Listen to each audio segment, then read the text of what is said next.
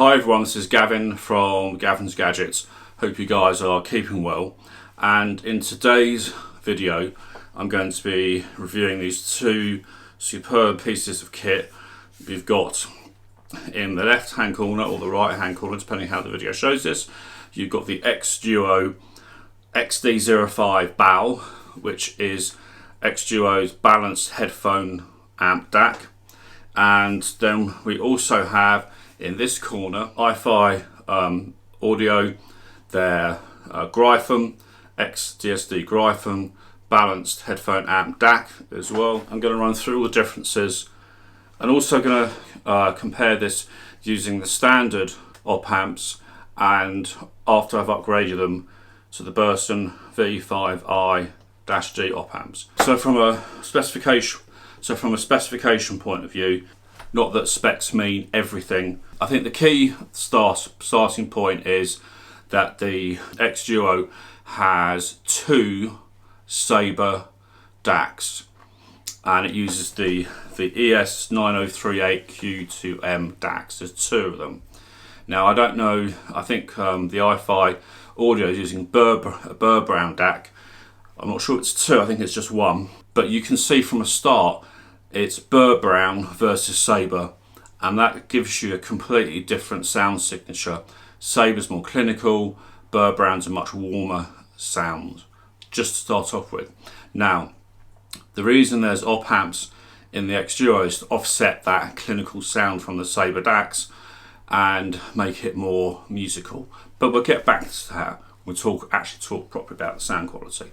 They both can do DSD, they both do up to DSD 512, they both can do a sampling rate up to 768 kilohertz, so very similar there. In terms of maximum power output, both can put out 1000 milliwatts of power, but the Xduoo can put 1000 milliwatts of power out of its unbalanced as well, and I believe the Xduoo is a continuous 1000 milliwatts, whereas the iFi is a max, not a continuous, a maximum output.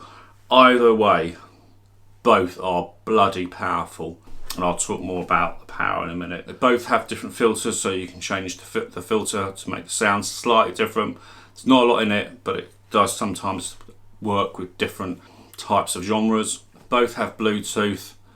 Both sound excellent on the Bluetooth, but we'll come back to that. Where the Gryphon starts to differentiate, it does do it's a full MQA decoder, so the Xduoo doesn't do MQA. Personally, I just don't think much of MQA anyway, so your mileage may vary, but that's personal choice. Obviously, to implement the MQA, there's a cost to that. Some people love it, so you've got that option. The Gryphon also has the ability to boost the bass analog without interfering with the sound itself. So it has its X bass, and then making the music more spatial with its X bass. That's quite unique, and the Xduoo doesn't have anything like that to compete. What the Xduoo does have is a voltage boost for harder to drive headphones, from 8 volts to 13 volts. Gryphon counter that by having something called an IE match, where out of both the balanced and unbalanced, you can flip the switch so you can make more sensitive headphones easier to drive. And because out of the Gryphon's unbalanced, it's nowhere near as powerful as the balanced, it will be better to drive for some very sensitive IEMs. The Gryphon also uses a software to control the volume. They call it CyberLink or CyberSync. So if you're adjusting the volume on your device, you're playing from, it will also adjust the volume of the Gryphon and vice versa. The Xduoo doesn't work like that. The volume is only controlled from the Xduoo. The other aspect is the Xduoo has user changeable op amps, as I already mentioned, and you can run it on external power. The Xduoo have the option of optical and AES over the Gryphon, but you know, that's a very specific case. And if these specific use cases are relevant to you, then I think that answers which one you might prefer. Now, when it comes to sound quality, my God, this was so hard to do. I have spent hours and hours switching between these, using a ton of different headphones. These are the tracks I use. I use the same tracks on every audio review and a ton of other ones. I use headphones from Hi-Fi-Man, Theo, Sigma, Sennheiser, Shure, I don't know, loads different. I just went through tons because I really wanted to get a feel for how these sounded with cheaper headphones, more expensive, flagship, anything in between. Just as a minor detail, the Gryphon has rubber feet built in. With this one, it does come with feet that you can stick on. That's what I've done here. They're a bit deeper. Personal choice, of course. Now I'm going to talk about what comes out of the box first. Now, they are close. They're sometimes very close and sometimes not very close, and I think it does sometimes just depend on the headphone. Because of that Burr Brown chip, the Gryphon comes across with a lot more musicality, and it just seems to hold on sometimes when the guitar is playing and you get the echo off the guitar or the string, or it just takes that extends it that little bit longer, as if the decoding is just that little bit more accurate.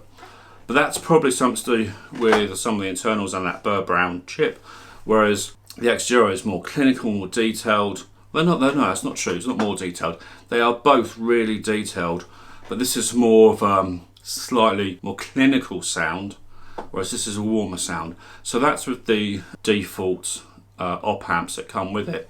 In terms of mids, treble, let's start with bass. The bass on these are fantastic. Both pack a lot of punch. Mids are phenomenal on both, as is the treble. Really, really good.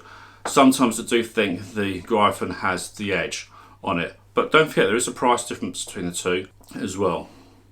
Now, where the Gryphon just steals the show is the fact that it has the X bass and X bass, because this just doesn't have it. So if you have a headphone where you love using or need to lift the bass response or need it to be a bit more spacious sounding, or both, because you can do X bass and X bass at the same time, there's your answer. That's your device. Can't, that's it. Now, when I swapped out the standard op amps and put the Burston V5i-D op amps in, they are a much warmer, they have more bass, slightly just a better quality all round. Now the differences become much harder, and as I said, I spent freaking hours going A to B, B to A to B, different headphones, and it's just ultimately down, I think, to, do you need MQA? Gryphon. Do you like the slightly warmer sound of a Burston chip? Gryphon. Do you prefer slightly more clinical sound? xDuo. Do you need more bass in your headphones than with a bass boost, or more spacious sound? Gryphon. The Gryphon, they're fairly similar in size. The xDuo is slightly together. It's slightly bigger, but for all intents and purposes, they're fairly similar. I think they're just both two excellent devices. Yes, I think the Gryphon overall does have an edge in certain ways, but if you've got some really, really hard to drive plano-magnetic headphones with some weird low sensitivity, but very low ohms as well, but it needs the voltage boost, then you've got the xDuo here. But it is, again, I think some headphones sound better as well, depending on the genre of music. So it's been very, very difficult. But as I said, when you've put in the more expensive op amps, you've brought the price much closer to the Gryphon. And I suppose if the xDuo paid for the licensing for the MQA, they'd probably cost very similar amounts of money. But they do have slightly different end games. Slightly warmer, slightly more clinical. I do actually like both, but I think for some people the Gryphon will take the crown, and from other people, the Xduoo will. I'm sorry I can't be more decisive on this. I literally have held off doing this comparison. I've re-recorded it several times. I've deleted the video because I just had to spend more and more time comparing these two. It's that hard. I'm not going to lie. I'm not going to say, oh my god, this was so much better. Oh wow, this was, you know, it's just not like that. There are differences in some of the specs, what they mean. If you've got a lot of IEMs, I would say perhaps the Gryphon is a better option because you can use the unbalanced and you can use it without having hordes of power. This thing is just a power monster. It really is. Anyway, I'm sure you might have some specific questions. I'll answer them if you put them down below in the comments. This is Gavin from Gavin's Gadgets. Take care, guys. Bye for now.